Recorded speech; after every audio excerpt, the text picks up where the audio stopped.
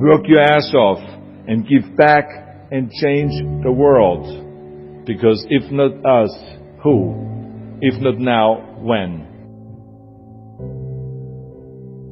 What is the secret to success? And the long version is that I actually always had 5 rules.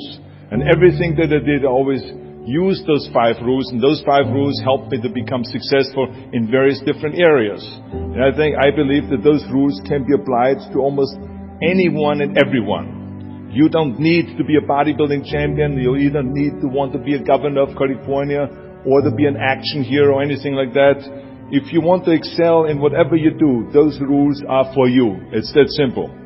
Now I have to tell you right off the top that I always was very intense. As a kid already, I was very intense and I was very hungry. I always wanted to be the best. I always wanted to be number one. I always wanted to get to the top. I never believed in just getting by. Now I have nothing against people that just want to get by, because I think there are many roads to happiness, but I think that we all here like to be successful and we are driven. So that's why those rules apply to you. So my first rule is find your vision and follow it. You see, I think it's the most important thing that we have a very clear vision of where we go. A goal, where do we go? Because you can have the best ship in the world. You can have the best cruise liner, but if the captain does not know where to go, that ship will drift around the world and out there at sea and will never end up anywhere. And this is exactly the way it is in real life. If you don't have a goal, if you don't have a vision, you just drift around and you're not going to be happy. This is why it is so important to have that vision. Now I created that vision in Austria because I grew up after the Second World War. Austria, right along with Germany, lost the Second World War, thank God. And the problem was that everyone was so depressed because they lost the war, that there was alcoholism everywhere. There was, of course, depression. There was a terrible economic situation. There was famine. There was starvation and all those things. And also it was kind of a little place and narrow. I felt I wanted to get out of there. I wanted to escape. And I couldn't see myself really to work there and to stay there, to work in a factory, or to work on a farm, or to even to follow my father's footsteps and to become a police officer. I couldn't see that either. As a matter of fact, that's what my parents wanted me to do. They wanted me to become a police officer and to marry a girl by the name of Heidi and to have a bunch of children and to run around like the Von Trapp family in The Sound of Music. But that's not what I saw. This was the vision of my parents, but not mine. And luckily one day in school I watched a documentary about America. And I found myself, I knew exactly that is where I wanted to end up. I wanted to be in America. Everything that I saw in the documentary I just loved. Everything was so big. I remember the tall skyscrapers, the monstrous bridges, the giant freeways filled with beautiful cars, the huge jetliners, movie stars, Muscle Beach, and all of those things. I could not wait to get there. The question was just, how do I get there? How do I get to America? I mean, this was not a common thing to do way back in the 50s. No one had the money to travel or anything. But one day I was fortunate enough to see a magazine. And that magazine showed me the path to America. And it was a bodybuilding magazine. And on the cover was this very muscular guy that was standing there like Hercules with a Hercules outfit. His name was Reg Park. This Reg Park was on that cover, and I remember the cover said, Mr. Universe becomes Hercules star. I read the article as fast as I could, learning about how he grew up in Leeds in England, poor, and how he trained 5 hours a day, every single day, and trained and lifted weights, and then he finally became Mr. Great Britain. And then he became Mr. Universe. And then he won a second Mr. Universe title and a third Mr. Universe title. And then all of a sudden he landed in Rome in Cinecittà doing Hercules movies. And there he made millions of dollars, and this money he took and bought himself a gymnasium chain in South Africa, and he became a successful gymnasium owner. And as I read, I became more and more certain about my own future. As I read this story, I was so excited, so interested. I knew exactly that I wanted to become another Reg Park. I know he laid out the blueprint for my life, basically. I could see myself, I could visualize myself clearly to be a champion on that same stage where he won the Mr. Universe, and then to move to America, then get into movies, and then become rich and famous. I had that vision very clearly laid out. I was so happy that I knew exactly where I was going. From that moment on, everything that I did, no matter how hard I had to work or how much I had to struggle, it didn't matter. It was a wonderful joyride because I knew what the purpose was and I found my passion. The simple truth is, if you don't have a vision, if you don't have a goal, if you don't see your future laid out in front of you, you're just floating around without a purpose. And I think that the numbers speak for themselves. This is why so many people around the world are unhappy with their jobs.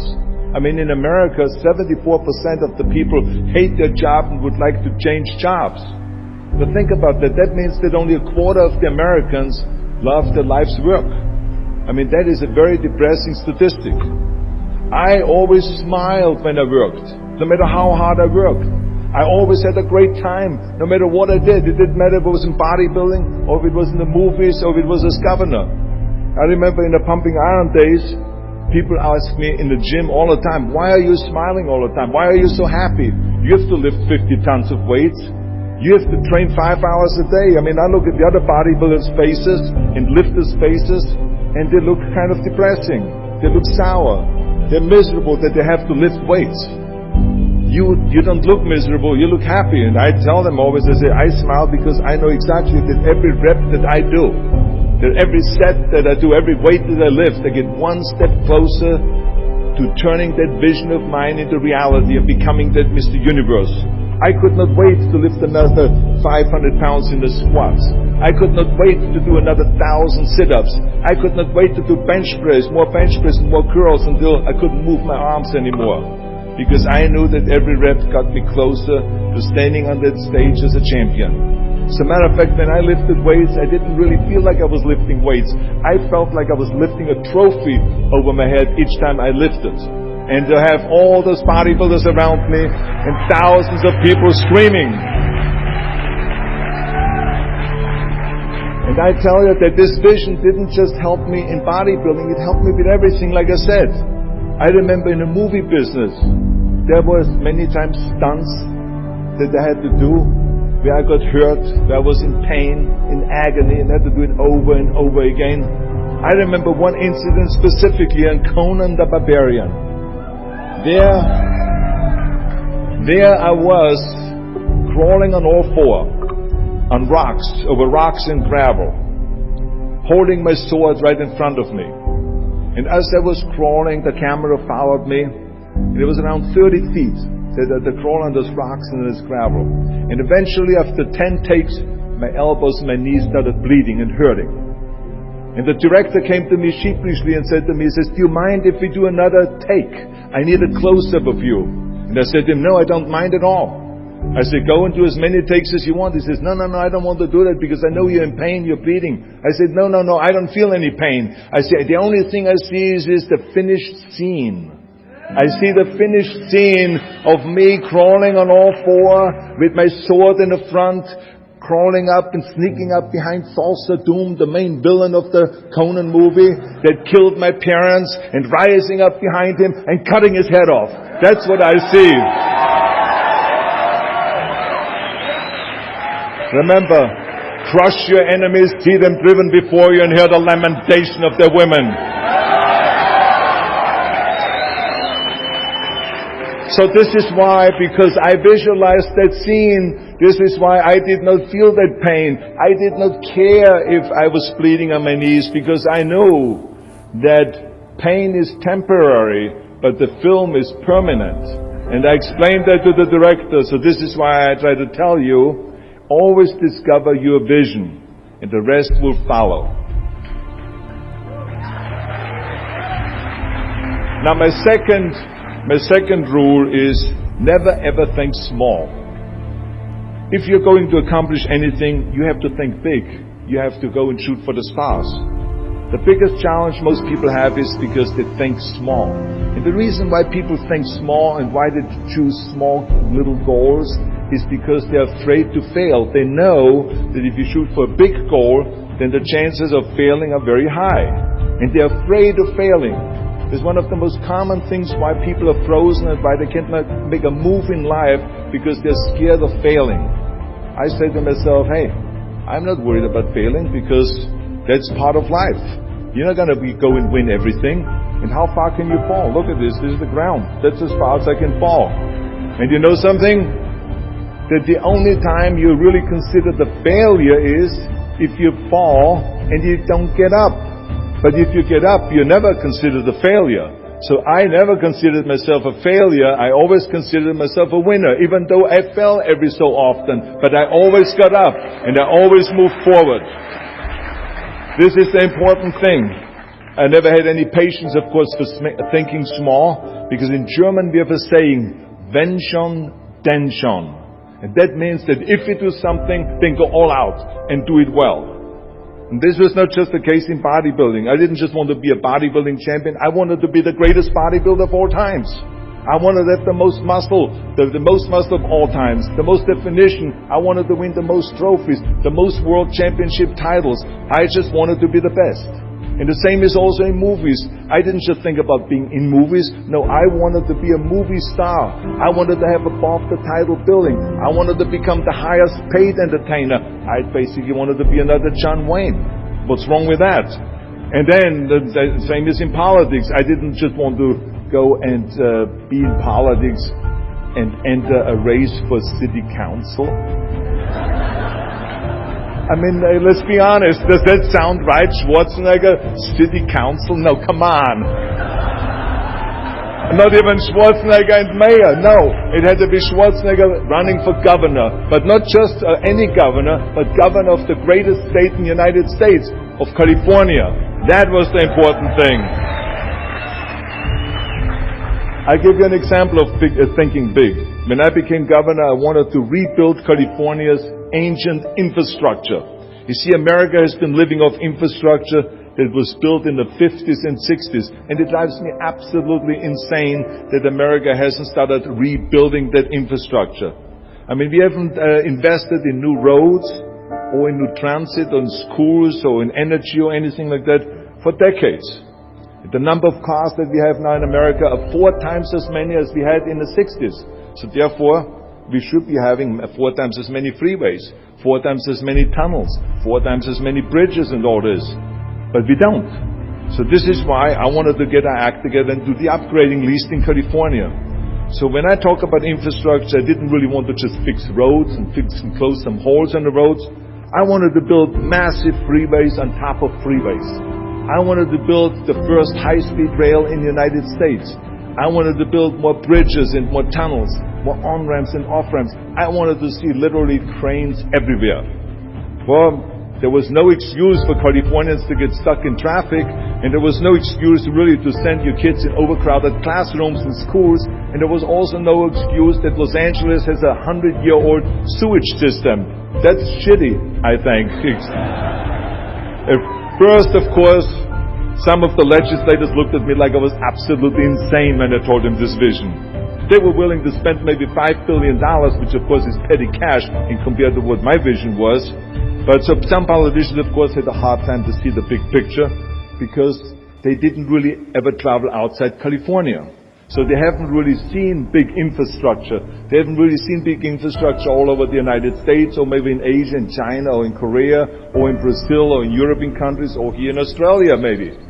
So they haven't seen that. And then of course there are other politicians that simply don't have a vision of the future past the next election, which is a common problem politicians have all over the world. So it was my job as governor to motivate them, and to take them and to see the traffic jams in Los Angeles, and to see the overcrowded classrooms, and to see all the problems that we have. And I kept pushing and pushing, and I pumped them up enough that eventually they saw the big picture. And eventually Democrats and Republicans came together, and we invested $60 billion to rebuild California's infrastructure, the biggest investment of our state in 50 years. So that's what we did, because we had a big vision, and everyone bought in on this big vision. So remember, never think small, think big. My third rule is, ignore the naysayers. I think it is natural that when you have a big vision and big dreams and you have big goals, that people are going to say around you, I don't think it can be done. I think it's impossible. Or no.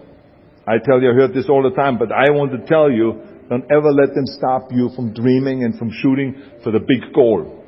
Because eliminate just simply those words, no, impossible, and it can't be done. I mean, in each one of my careers, when someone said it's impossible, I heard it's possible. When someone said it can't be done, I heard it can be done. And when someone said no, then I heard loud and clear, yes. So this is what I believe. And I am a big believer of what Nelson Mandela said. He said it always seems to be impossible until someone does it. And that's exactly what it is. And I wanted to be that one that does it. I wanted to break the new records, and I wanted to do something that no one else has ever done. So I think that's what you need to do. Don't ever be worried about that someone hasn't done it. Just think about how many times my career would have stopped. My career would have ended if I would have listened to the naysayers. I mean, it started right away when I was 15 years old and I became a bodybuilder. Right after that, when I said, I want to be a world champion in bodybuilding, I want to be Mr. Universe. They immediately said, are you crazy? You're in Austria. In Austria you can become a ski champion or a bicycle champion or something like that, but bodybuilding is an American sport. Forget about it. It's nuts. Then when I wanted to move to America, they said again, it's impossible. You will never be able to do that. You have no money. You're all by yourself. And then when I wanted to go into show business, after I won 13 world championship titles in bodybuilding, I said, I want to be like Reg Park. I want to be a Hercules. I want to get into movies. Well, I tell you, when I met those agents and managers and studio executives, their reaction was, oh, Arnold, that is so funny. You want to be what? A leading man? Oh, come on. I mean, look, first of all, let's start with your body. Look at your body. I mean, you're overdeveloped. You're gigantic. You're like a monster.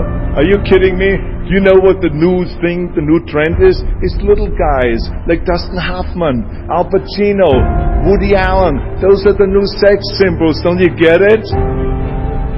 And then your accent, oh, it gives me the chills just listening to your German bullshit. Come on now. I mean, oh God. I mean, it's like, it's scary when you talk. It's unbelievable. I mean, have you ever, Arnold, I mean, be serious, have you ever seen an international movie star with a German accent? It doesn't happen. Forget about that. And then you name, what is it, Schwarzenegger or something like that? Yeah, I can see that name already up there on the billboard.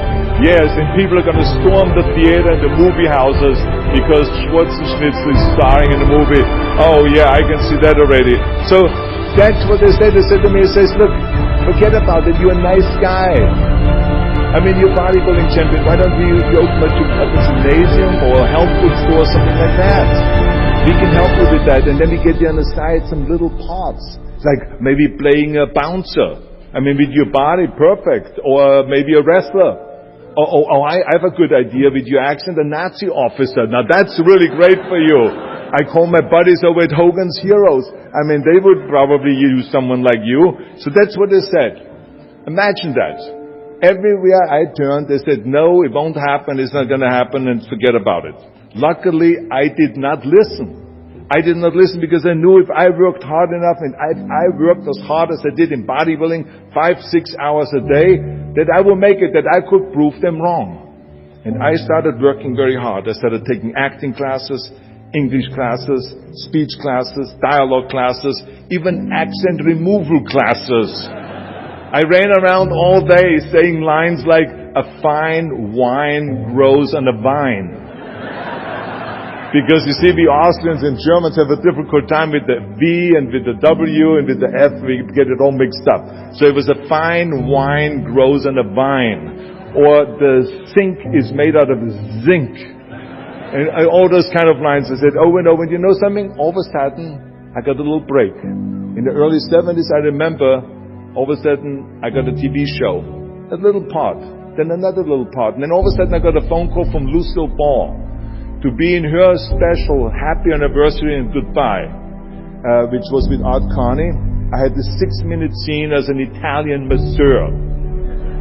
Now, most people don't know the difference between an Italian accent and the German accent, so I got away with my German accent. But I played this Italian masseur, and I was so delighted.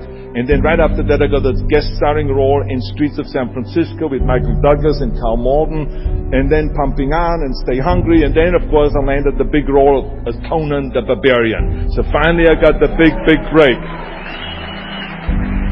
And you know what was so interesting about it was that as soon as we were finished with the Conan movie, we were out there on a promotion tour, and the director said at the press conference, the director is John Milius, he said, if we wouldn't have had Schwarzenegger with those muscles, we would have had to build one. Now think about that. Before it was this huge obstacle to have this body, and all of a sudden the director says, if we wouldn't have had Schwarzenegger with his body, we would have had to build one. Now what a turnaround. And then when I did Terminator, James Cameron said, which was really great, he said the I'll be back line became one of the most famous movie lines in history because of Arnold's crazy accent, because he sounded like a machine when he talked.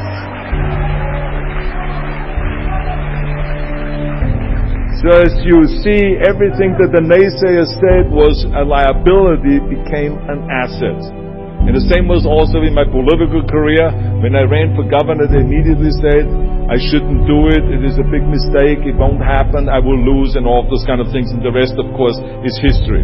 The bottom line is, if I would have listened to the naysayers, my career would have ended when I was 15 years old. I would be still yodeling in Austria, in the Alps, and I would not be talking here today to you. And the reason why I'm here today and talking to you is because I did not listen to you can't, or it's impossible, or no. So I just recommend to you very strongly, ignore the naysayers.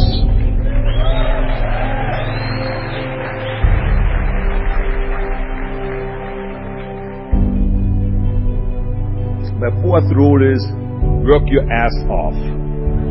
Nobody ever stumbled upon success by accident, except maybe the guy who found gold in California. But don't ever think that you can be that guy. I mean, you never want to fail because you didn't work hard enough. I always believed no stone unturned.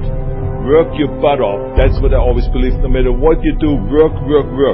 I remember Muhammad Ali, one of my great heroes, had a great line in the 70s when he was asked, how many sit-ups do you do? He said, I don't know, because I start counting only when it starts burning. When it starts burning, that's when it starts counting. You see, that's what makes you a champion. It doesn't matter in what area you're in. No pain, no gain. The bottom line is, one of my rules, which is work your butt off.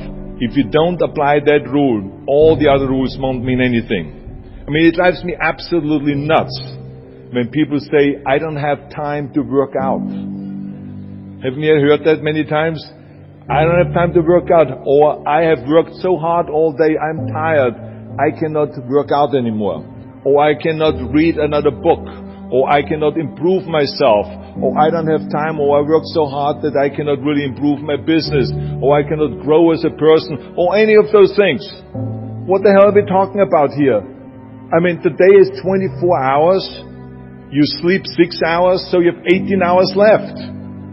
I mean, I know there's some of you out there that say, well, wait a minute, I sleep actually 8 hours, but that's just sleep faster, okay? You didn't, I mean, let's not get bogged down with this stuff here.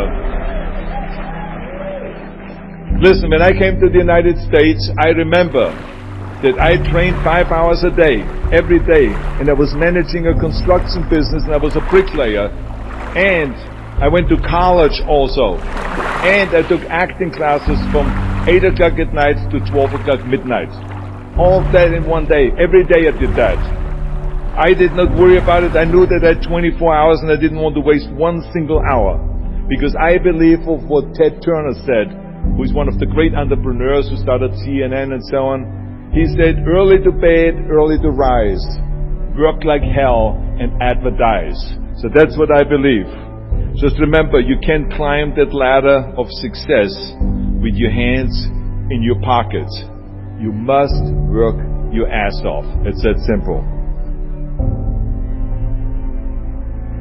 And my fifth and last rule is, don't just take. Give something back. Leave your mark on the world. I believe that we all have an obligation to do something for our community, something for our state, something for our country. We must serve a cause that is greater than ourselves. Because we all know that in the end we will be judged not by how much we made, but by how much we give.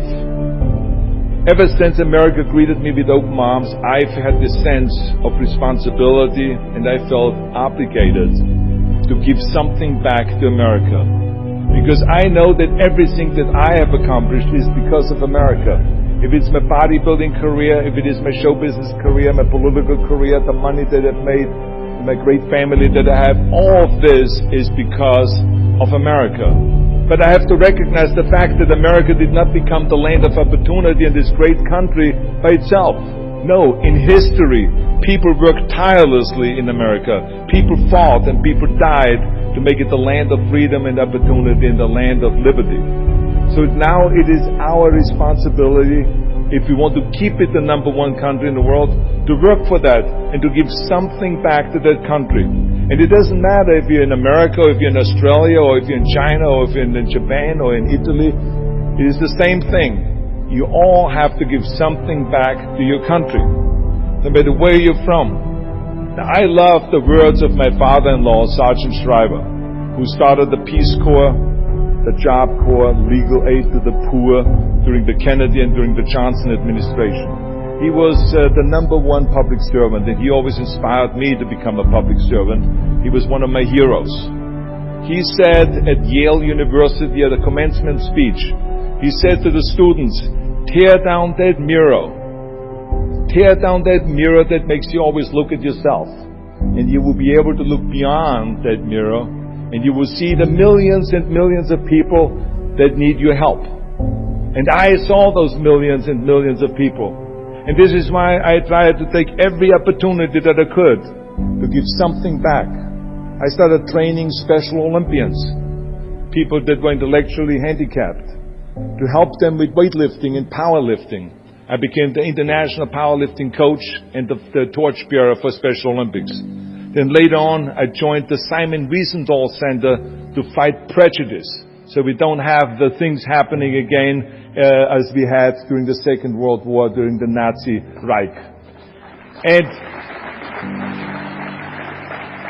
I joined also the President's Council on Fitness. I became the chairman under President Bush from 1990 to 1993. To be the chairman and to promote health and fitness in all 50 states. I traveled all 50 states. I started after-school programs for the most vulnerable children, for inner-city children, to make them be able to say no to drugs, no to gangs, and no to violence, and to say yes to education and yes to life. And every single time I reached out and I gave something back, I felt fantastic. Nothing made me happier. I would rather play chess with an 8-year-old kid in an after-school program, or play golf, a round of golf with a Special Olympian, than go down another red carpet of a movie premiere. And I have nothing against movies, but to give something back to me is more important than just to think about myself. Eventually, the joy of giving back was so great that I decided to become a public servant full-time and to turn my back, actually walk away from my career as an actor. After I finished promoting Terminator 3, I jumped into the governor's race in California, and I ran for governor. And even though my friends advised me not to do that, they said, "Are you crazy, Arnold? Don't you understand that you would lose now this $20-30 million a movie that you're getting paid? And they will only pay you $178,000 as governor a year?" Well, I didn't care, because I knew that all the money that I've made and to be in that position in the first place to make this money is because of America. It was time to give something back. So I became governor, and I didn't even take the $178,000. I gave it back to the taxpayers, because it was petty cash. It's the last thing I needed. And I can tell you that those 7 years were the most exciting and the most rewarding and the most gratifying years of my life. To work all day long, to solve problems and to serve the people was absolutely heaven. It was the best job I've ever had. But I also knew that eventually it's going to come to an end. And after 2 terms, it did come to an end. But when it came to an end, the one thing that didn't come to an end and was not finished was my desire to be a public servant and to serve the people. And this is why I continued to work for Special Olympics. That's why I continued to work on fighting my fitness crusade and traveling around the world to promote health and fitness.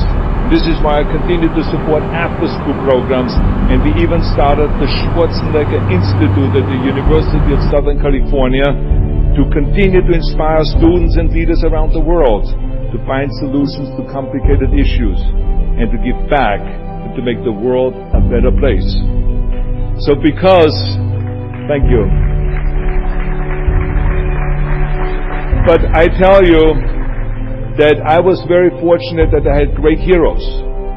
I had great heroes that I could look up to, and I mentioned 2 of them, Muhammad Ali and Sergeant Shriver, my father-in-law. But there's other great heroes like Gorbachev, Reagan, Mandela, great leaders like Mother Teresa, Chancellor Kohl, and Churchill, and the list goes on and on. I mean, those people had such an impact on the world. Single-handedly, they've changed the world. I mean, if you think about just Gorbachev, I mean, this man, every time I meet him, I'm in awe. I mean, he grew up under communism, and he rose from the bottom of the ranks straight up to the top. He became president of the Soviet Union, one of the most powerful people in the world. And he was the leader of the Communist Party. And when he was in a top position, he realized that the system was broken. Now, what do you do when you're the top leader of the Communist Party and you realize that the system, that communism, doesn't work? Well, you know what he did? He dismantled communism. Think about the courage that takes. I mean, the guts that it takes to do that. Think about that Gorbachev completely transformed his country with glasnost to give his people for the first time freedom. And then through perestroika, by reforming Russia's economy. He didn't wait for the next president. He didn't complain. He simply said, if not me, who? And if not now, when? So I feel very strongly all of us need to have and embrace that kind of a spirit. We all can create change, whether it is in our neighborhood or in our local schools or in our country. It can be big, but it can also be as little as just going to a school kid that has problems reading and teaching that kids how to read or how to do math. We don't have to just work on me. We should also work on we. Not just me, but also we. Remember that. To lead a truly full life, you must give back. You must leave the world a better place than you found it. Because the bottom line is, it is up to us. I mean, those rules that I've given you are important rules, but giving back is one of the most important rules. I guarantee you that if you follow all of those rules, you will have many victories to celebrate. You will leave, your work, and you will have extraordinary kind of a record, and you will leave a legacy behind that you can be proud of. So I want you to remember those rules. Have a vision. Think big. Ignore the naysayers. Work your ass off and give back and change the world. Because if not us, who? If not now, when?